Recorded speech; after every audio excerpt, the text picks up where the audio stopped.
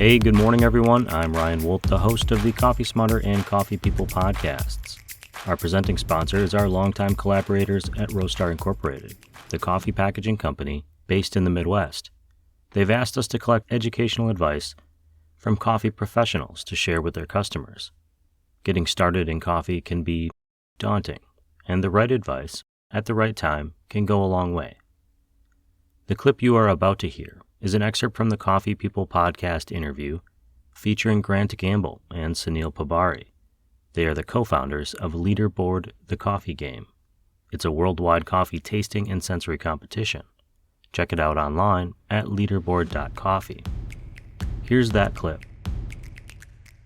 The show Coffee People podcast is sponsored by Roastar Coffee Packaging, and one of the things that they've asked me to do this season is really try to help other people learn from other coffee people. And so I'm wondering, and this question for both of you, if you have kind of a piece of advice that you'd share with somebody watching, listening, that either you've taken and used as an entrepreneur or specific to coffee, if you prefer.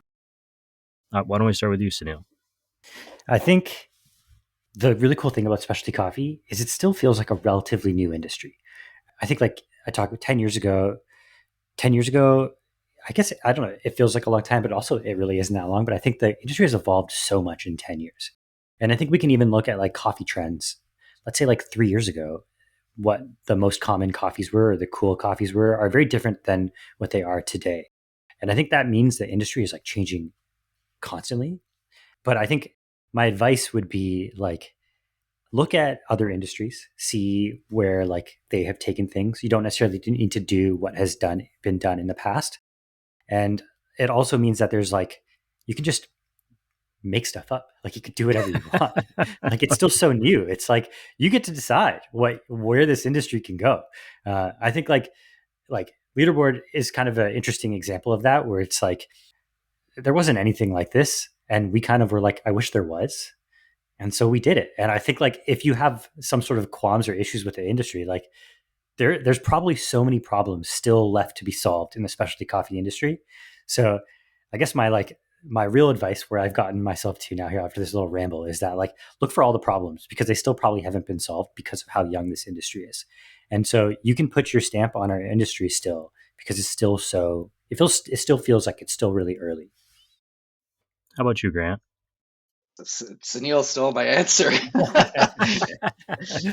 Okay, well, first off, I understand. Yeah, we're actually just one mind. First off, I really understand the importance of sponsors. So shout out Roastar. Thanks, Grant. I should point out, while I let you think of another piece of advice, that with this new season, I'm supposed to do a read-in at the beginning of every episode, and I already forgot to do it with you guys. So I'm gonna go back and read it, and we'll get it in there at some point.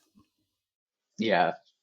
I think what Suneal said about looking outside of the coffee industry for inspiration is really important. Like beyond just like ideas for what you do, but I think also for inspiration in terms of like design, I think is really important. I think that coffee has this tendency to become so saturated and everything starts looking the same, because when people are starting a company, they look at what other successful companies are doing and then just, modify it a little bit.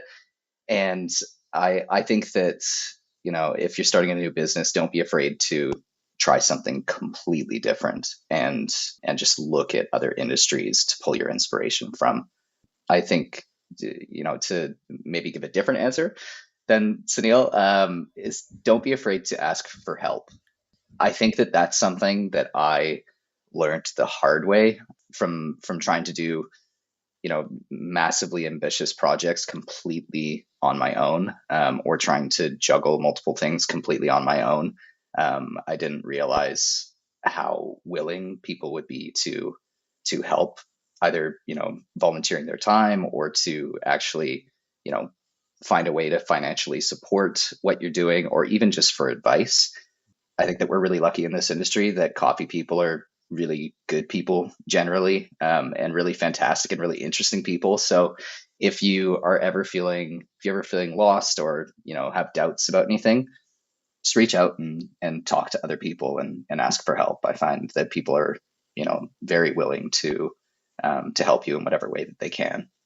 I think through the first, several seasons of me doing this show, one of the things I heard from guests a lot was that they felt, at least when they started in coffee, they felt a little bit alone. Maybe they weren't a lot of roasters in their area. Maybe there weren't a lot of specialty coffee nerds to connect with, or they struggled to find their community. I think we're lucky, as now that we are 10 years in, there are more forums, there's more platforms, there's more ways for people to connect. But I still hear that enough that, it's great advice to let people say, hey, just throw your flag out there and, see who's gonna respond. I feel a little bit coffee smarter, and I hope that you do too. Please check out the recap of the entire interview in our newsletter, or search for the Coffee People podcast wherever you're listening to this right now. This Coffee Smarter moment has been brought to you by Roastar Coffee Packaging. You can find them and explore their powerful new design lab online at roastar.com. That link and the link to leaderboard.coffee and Grant and Suneal's other various enterprises can be found in this podcast's show notes, as well as in our newsletter on coffeesmarterpodcast.com. You'll also find show recaps, full episodes, and much more. There, you'll also find show recaps, full episodes, and much more coffee content. Please like and subscribe or follow or do whatever it is you got to do to get this show into your feed. It really helps us out. The Coffee Smarter podcast is part of the Roast West Coast Coffee Network. Thank you for listening and for continuing to Coffee Smarter.